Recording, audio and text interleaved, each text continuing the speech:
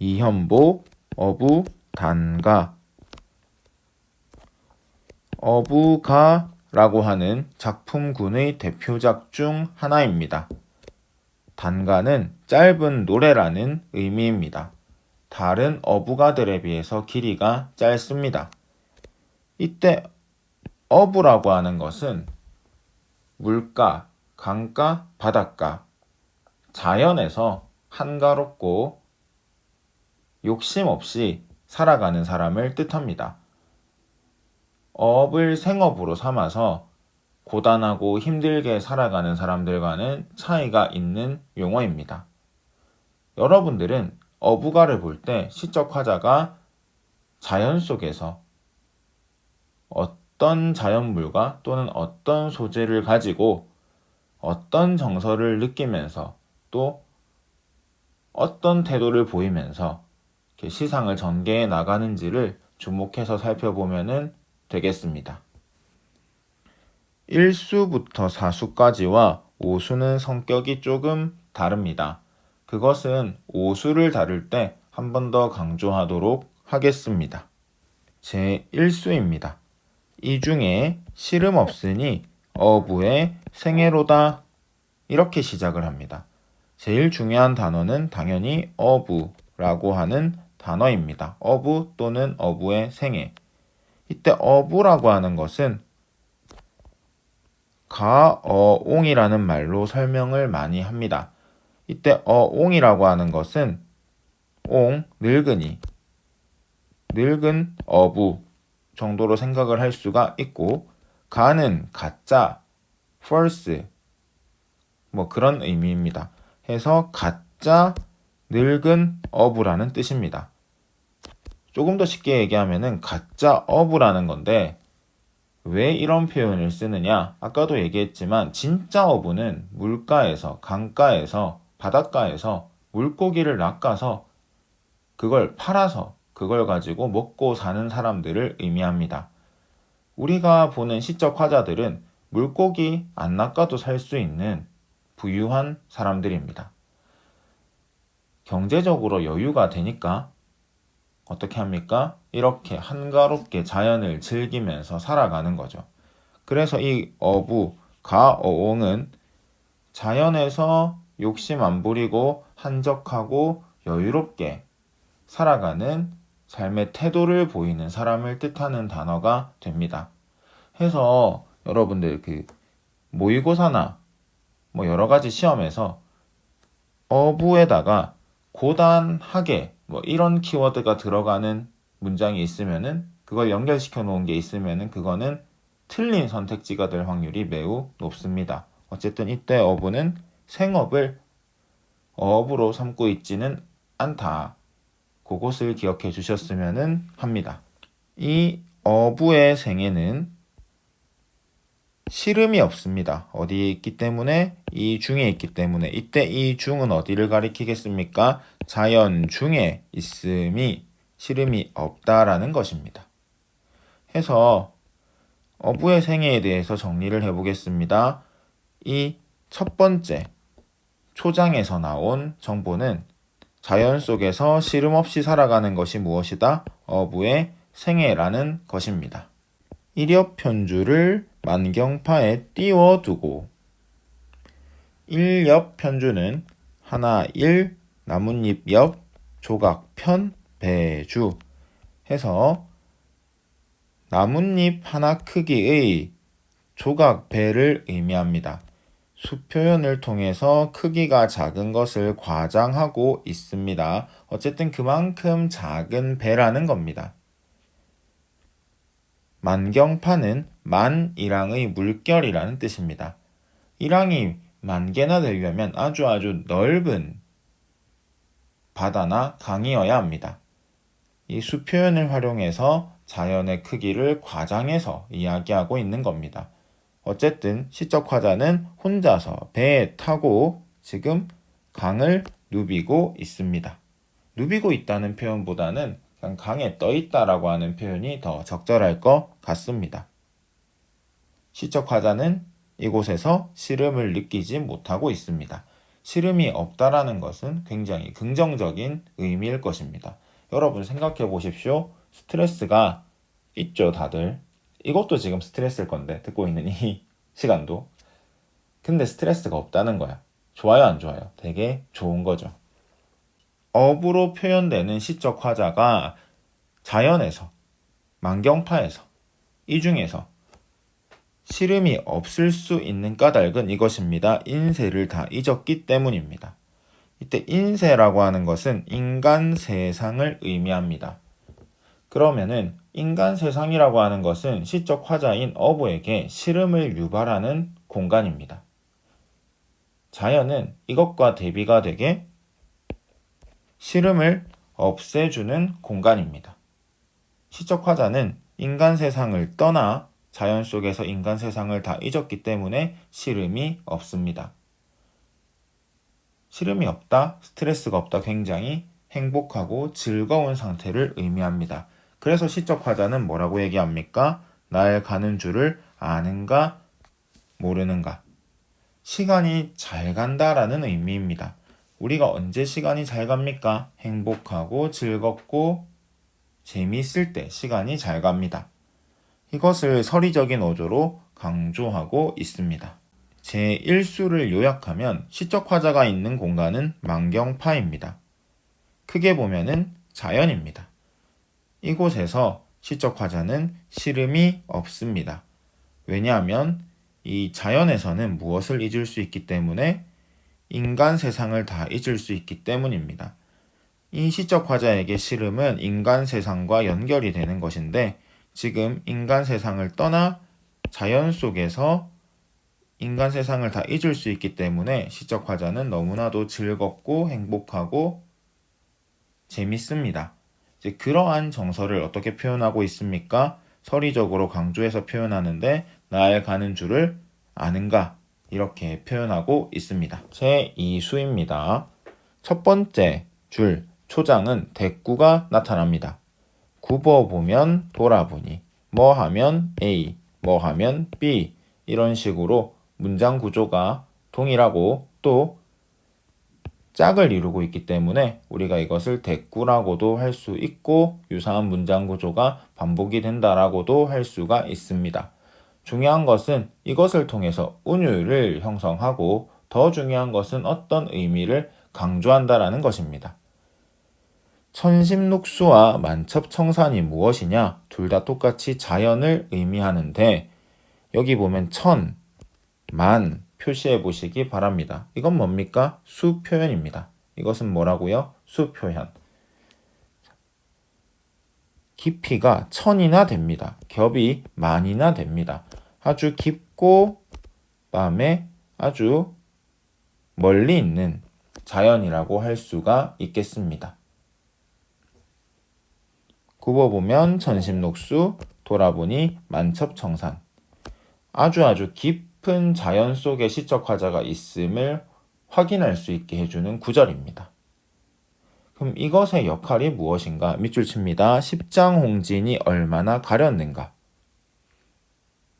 십장홍진이라는 것, 특별히 홍진이라고 하는 것은 붉은 홍자를 쓰는데 우리가 운동장에 나가보면은 사람들이 막 뛰어다니면은 모래가 일고 먼지가 입니다. 그때 색깔이 브라운 계열인데 갈색 계열인데 그러한 것을 홍진이라고 합니다.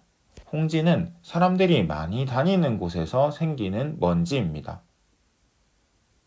이 십장홍진이라고 하는 말은 제1수의 인세라는 말과 연결이 됩니다. 즉 인간 세상이라는 것입니다. 지금 천심록수와 만첩청산의 기능은 십장홍진을 가리는 것입니다. 자, 다시 한 번 더 얘기하겠습니다. 인간 세상, 십장홍진은 시적 화자에게 시름을 생성해내는 시름의 원인이 되는 공간입니다. 하지만 지금 시적 화자는 시름을 느끼지 않습니다. 왜? 이런 깊은 자연이 무엇을 해주고 있기 때문에 인간 세상과 자기 자신을 분리해주고 있기 때문에 격리해주고 있기 때문에 자기는 자연에 격리가 되어서 인간 세상을 잊을 수 있으니까 너무 어떻다? 즐겁다라는 겁니다. 인간 세상과 멀어져 있다. 인간 세상으로부터 격리되어 있다. 분리되어 있다. 라는 것을 대꾸와 유사한 문장 구조의 반복을 통해서 강조하고 있는 겁니다. 시적 화자는 자연과 인간 세상을 이분법적으로 나누고 있습니다. 이원론적으로 나누고 있습니다. 분리시켜서 생각하고 있습니다. 긍정적인 공간과 부정적인 공간으로 완전히 성격을 나눠서 생각하고 있습니다. 대부분의 자연을 제재로 하고 있는 시들이 비슷한 양상을 보이고 있습니다.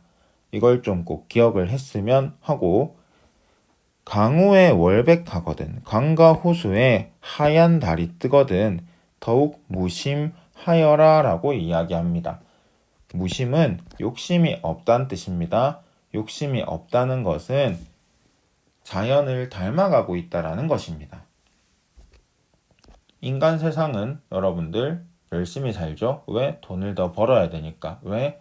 하고 싶은 게 있으니까. 뭐가 있습니까? 욕심이 있는 겁니다. 홍진, 인간 세상의 시름은 욕심으로부터 사실 비롯된다라고 시적 화자들 이 시뿐만 아니고 다른 시에서도 인식하고 있습니다. 그래서 이 시름을 없애려면은 욕심이 없이 살아야 된다. 욕심이 없이 살 수 있는 곳은 어디다? 자연이다. 그래서 다들 자연을 선망하고 자연을 오는데, 시적 화자는 자연에서 자연을 즐기면서 어떻게 되고 있습니까? 자연을 닮아 욕심이 없어지고 있습니다. 특별히 강호에 월백한다. 지금 백, 희다 백, 색채 이미지, 감각적 이미지를 활용해서 자연을 묘사해주고 있는데, 이럴 때는 자연의 아름다운 모습을 표현하고 있다라고 많이 합니다. 얘기는 안 했었는데 녹수나 청산 같은 것도 모두 색채 이미지입니다. 잘 보면 알겠지만은 자연을 묘사할 때는 색채 이미지를 많이 쓰는 편입니다. 이것은 자연을 생생하게 묘사해서 그 아름다움을 표현하기 위함입니다. 제3수입니다. 3수의 초장도 대꾸와 유사한 문장 구조의 반복을 보입니다. 어디에 무엇을 어떻게 하고, 어디에 무엇을 어떻게 하고 인데, 여기다가 도시락이라고 하나 적으시면 될 것 같습니다. 이게 왜 도시락이 되느냐? 일단 밥과 고기가 나옵니다. 이거를 어디에 포장을 했느냐? 청하와 농류로 포장을 했습니다. 도시락통을 따로 준비한 게 아니고 푸른 연잎과 푸른 버들잎으로 도시락을 포장해 온 겁니다. 색채 이미지가 나타나고 있고요. 연잎과 버들가지는 자연에서, 강가에서 흔히 구할 수 있는 재료입니다. 또 밥과 고기도 뭐 그렇게 대단한 상차림은 아닙니다. 해서 소박한 도시락을 통해서 무엇이 없는 삶, 욕심이 없는 삶을 드러내고 있는 겁니다. 이걸 안빈낙도나 안분지족으로 설명할 수도 있습니다. 하여튼 중요한 거는 뭐가 없는 삶, 욕심이 없는 삶을 드러내는 소재라는 겁니다. 노적 화총은 쉽게 얘기하면 자연입니다. 갈대와 억새풀이 우거진 곳을 의미하는데, 이렇게 풍성한 자연이 있는 곳에다가 배를 메어두고 시적 화자는 밥을 먹고 있습니다. 이때 시적 화자는 무엇을 얘기하느냐? 일반 청임이를 어느 분이 아실까라고 얘기합니다. 어느 분이 아실까에 먼저 신경을 써보면 아는 사람이 없다라는 겁니다. 누구를 제외하고, 시적 화자 자기 자신을 제외하고. 지금 이거는 약간 이런 의미입니다. 야, 너 이거 먹어봤냐? 나는 먹어봤지롱. 이런 의미입니다. 약간 자랑하는 겁니다. 어느 분이 아실까? 이건 누구만 아는 거다? 나만 아는 거야. 너희는 몰라. 그걸 뭐라고 합니까? 일반청 의미라고 합니다. 밑에 해석이 되어 있는데 이렇게 생각하는 것이 더 좋습니다. 자연 속에서 느끼는 즐거움 정도로 생각을 하시는 게 좋겠습니다. 정리를 해볼게요. 시적화자는 강가에서 배를 메어 두고 도시락을 까먹고 있습니다. 이 도시락은 뭐 그렇게 대단한 건 아닙니다. 아주 소박한 건데, 그래서 욕심 없는 삶을 드러내는 건데, 이렇게 야외에서 뭘 먹으니까는 기분이 너무 좋은 거예요. 이런 즐거움을 누구만 안다? 나만 안다 라는 거죠. 그래서 자연 속에서 느끼는 즐거움을 아는 건 나뿐이다. 서리적인 어조로 강조하고 있다. 기억하시면 되겠습니다. 제4수입니다. 저는 이 제4수가 제일 좀 병적인 것 같아요. 그러니까 시적 화자가 얼마나 자연에 미쳐 있는지를 보여주는 부분이다 라는 겁니다. 보겠습니다. 산두, 그러니까 산머리, 그다음에 수중, 강가에서 자연을 가리키고 있습니다. 시적 화자가 바라보고 있는 자연인데요. 여기에 지금 뭐가 있느냐? 산에는 구름이 있습니다. 한운이라고 하는 것은 한가로이 떠도는 구름입니다. 그냥 여유롭게 유유자적하게 흘러가는 구름을 한운이라고 합니다. 또 뭐가 있다? 흰 갈매기, 백구가 있습니다. 색채 이미지 기억하시고요. 자, 그럼 시적 화자는 이제 한운과 백구에 주목을 하고 있습니다. 이것에 대해서 시적 화자는 뭐라고 설명하냐면 무심하고 다정하다라고 얘기합니다. 일단 무심한 거는 속성입니다. 뭐가 없는 거? 욕심이 없는 겁니다. 얘들만 욕심이 없는 건 아니겠죠. 시적 화자 눈에는. 근데 일단 띄는 게 뭐야? 구름하고 갈매기니까 얘들을 갖다가 욕심 없다라고 해버리는 겁니다. 다정이라는 것은 관계적인 측면입니다. 시적 화자는 자연을 굉장히 친하게 여겨요. 그러니까는 뭐라고 합니까? 얘들은 나랑 어떻다? 친하다. 그래서 다정하다라고 이야기를 하는 것입니다. 해서 무심코 다정한 것은 이 두 것이다 라고 시적 화자는 이야기해요. 약간 좀 병적이지 않습니까? 왜 이렇게 자연을 좋아하고 자연을 친구로 삼으려고 할까요? 그만큼 시적 화자는 욕심이 없는 공간인 이 자연이 마음에 드는 겁니다. 일생의 시름을 잊고, 아까도 얘기했지만 시름은 인간 세상과 연관이 되고 지금 시적 화자는 인간 세상과는 멀리 떨어진 자연 속에 있습니다. 인간 세상과 자연을 나누는 가장 큰 기준은 욕심입니다. 무욕하게 살 수 있는 곳이 어디다? 무심하게 살 수 있는 곳이 어디다? 바로 자연입니다. 그렇게 살고 있는 게 이 한웅과 백구고 일종의 롤모델이니까는 친하게 지내고 싶어하는 시적 화자의 태도가 드러나는데, 자, 이것을 어떤 식으로 결론을 냈느냐? 너를 쫓아 놀리라라고 얘기합니다. 리라라고 하는 건 일단 의지가 드러나는 표현이고, 구름하고 갈매기한테 너라고 표현합니다. 내가 수업 시간에도 늘 얘기하지만 이건 정상이 아닙니다. 왜? 너라고 얘기하는 거는 쌤이 핸드폰 너 이렇게 얘기 안 하거든요. 시리가 대답을 할 수 있어도 내가 시리한테 너라고 얘기를 안 해요. 왜? 얘들한테 뭐가 없으니까? 인격이 없으니까. 근데 지금 너라고 얘기했단 말이죠. 그럼 한웅과 백구는 이 부분의 청자고, 청자로 삼기 위해서 시적 화자는 뭐하고 있습니까? 이 자연물에 인격을 부여하고 있습니다. 정리를 해보겠습니다. 시적 화자는 무심한 한웅과 백구에게 다정함을 느끼고 있습니다. 그래서 얘들에게 뭐 합니까? 너를 쫓아서 놀겠다라고 의지를 드러내고 있습니다. 자연 친화적인 태도를 드러내기 위해서 자연물에 인격을 부여하고 있고요. 근데 여기 보면 쫓다라는 거는 발자취를 따라가겠다라는 의미입니다. 함께 하겠다라는 의미입니다. 그래서 이걸 우리가 뭐라고 하냐 하면은 물아일체라고 합니다. 물아일체. 시적 화자는 이 무심한 한웅과 백구와 같아지고 싶은 겁니다. 이러한 병적인 태도가 사수에서 드러나고 있다는 거 기억해 주시고요. 자, 백구 계속 나옵니다. 오수입니다. 이 오수는 처음에 얘기했듯이 일수와 사수하고는 많이 다릅니다. 왜 그렇냐?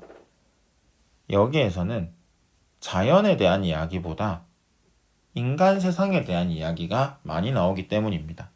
초장 보겠습니다. 장안을 돌아보니 북걸이 천리로다. 이때 장안이라고 하는 것은 서울을 가리키는 표현입니다. 옛날 중국의 수도 중에 하나가 장안이었거든요. 그때 이후로 이제 서울을 가리키는 표현으로 장안이 쓰였습니다. 어쨌든 서울을 돌아보니 북걸 임금이 계신 궁궐이 천리다. 수 표현을 통해서 거리감을 과장하고 있습니다. 해서 초장에서는 시적 화자가 인간 세상으로부터 또 누구로부터 임금으로부터 매우 멀리 떨어져 있음을 드러내고 있습니다. 그럼 시적 화자는 어디 있을까요? 어주에 있습니다. 고깃배에 누워 있습니다. 시적 화자는 고깃배에 누워 있습니다. 자연 속에 누워 있습니다. 하지만 그렇게 멀리 떨어져 있음에도 임금은 잊은 적이 없다고 합니다. 이거는 뭐의 표현이냐면 충성심의 표현입니다. 충성심의 표현인데 저번에 한번 얘기했을 겁니다. 양반 사대부들은 두 가지 삶의 방식을 추구했다. 하나는 충성하는 거, 임금에게. 두 번째는 자연에 응거하는 거. 그러니까 자연에 응거하면서도 자기는 무엇을 잃지 않았다? 임금을 향한 충성심을 잃지 않았다라고 진심인지 아부인지는 모르겠지만 그렇게 일단 얘기를 하는 거예요. 이게 이 작품뿐만 아니고 많은 작품들에서 드러납니다. 한창 자연 좋다, 자연에서 노는 거 너무 좋다, 인간 세상에 가기 싫다 얘기해놓고 임금님 사랑해요 이렇게 갖다 붙이는 게 되게 많아요. 다음 작품에서는 그걸 더 확실하게 보게 될 겁니다. 어쨌든 인간 세상이 싫은데 그래도 나는 누구에게, 임금에게 여전히 충성을 합니다. 그래서 내가 다시 북걸로 돌아갈까? 그건 아니라는 거예요. 이제 선긋기를 합니다. 두어라 내 시름 아니다. 나는 임금님에게 충성하지만 굳이 내가 거기에 갈 필요는 없어요. 난 어디 있을 거예요? 자연에 있을 거예요. 왜? 누가 있으니까? 제세연이 없으랴. 제세연이 있으니까. 서리적인 표현으로 얘기를 하는데 이것도 물론 서리지요. 제세연이라는 건 나라를 구하는 인재를 의미합니다. 그러니까 내 말고 내보다 더 잘 나라를 다스릴 인재가 있으니까 굳이 내가 갈 필요는 없다. 나는 어디에서 이 자연에서 한가롭고 평화롭게 누구에게 충성하는 마음을 가지고 임금에게 충성하는 마음을 가지고 즐겁게 살련다 라고 이야기를 하는 겁니다. 서리적인 표현이 나오는데 그 의미는 다릅니다. 서리적인 의미가 반복되어 사용이 되긴 했지만 각각의 의미는 다른 것도 하나 짚어두시면 좋을 것 같아요. 이렇게 어부 단가를 살펴보았습니다.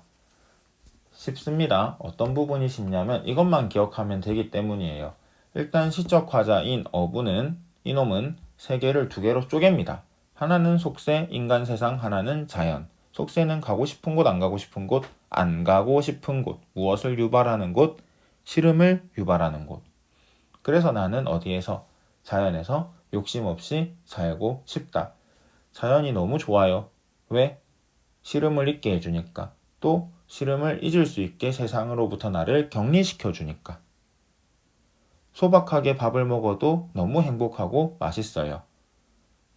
이것은 누구만 아는 즐거움이다. 나만 아는 즐거움이에요. 욕심 없이 살아가는 저 자연을 나는 닮고 싶고 친하게 지내고 싶어요. 쟤와 같아지고 싶어요. 난 여기에서도 비록 많이 떨어져 있지만 임금에게 충성은 해요. 하지만 임금께 나아가지는 않을 겁니다. 왜요? 나 말고도 임금님께 충성을 다하면서 세상을 다스릴 인재가 있을 거니까요. 나는 여기서 충성하면서 놀래요. 이게 답니다. 이런 것들이 어떤 식으로 표현이 되어 있는지를 좀 기억을 했으면 좋겠습니다.